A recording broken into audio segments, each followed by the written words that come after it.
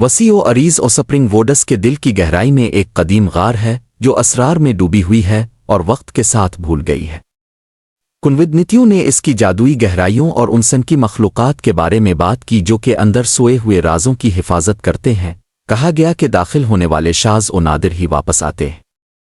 Amelia اور Tom, ایک جوڑے جو کہ ایڈونچر کے لیے ناقابل تسخیر پیاس ہے، نے خود کو کہانی کی طرف راغب پایا۔ شہر سے تازہ دم جہاں زندگی دنیاوی اور پیشین گوئی بن گئی تھی، وہ غیر معمولی میں فرار کے لیے تڑپ رہے تھے۔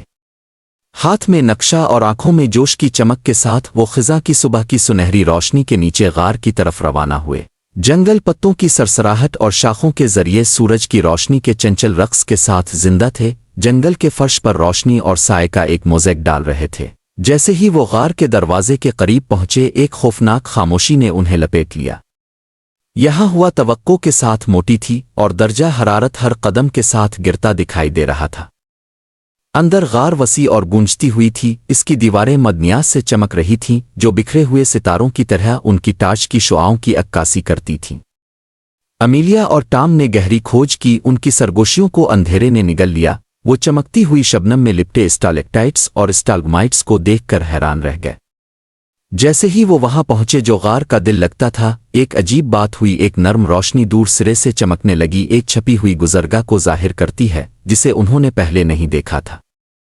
کسی نامعلوم قوت سے مجبور ہو کر وہ اس کی طرف بڑھے۔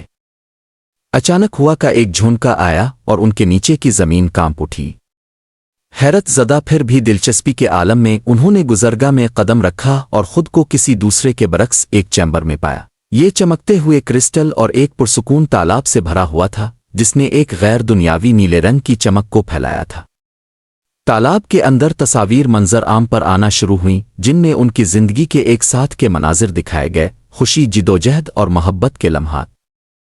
ان پر احساس ہوا کہ یہ محض ایک جسمانی سفر نہیں تھا بلکہ خود شناسی تھا۔ غار نے ان پر ان کے بندھن کا جوہر آشکار کیا تھا، اس پیار کو دوبارہ زندہ کاف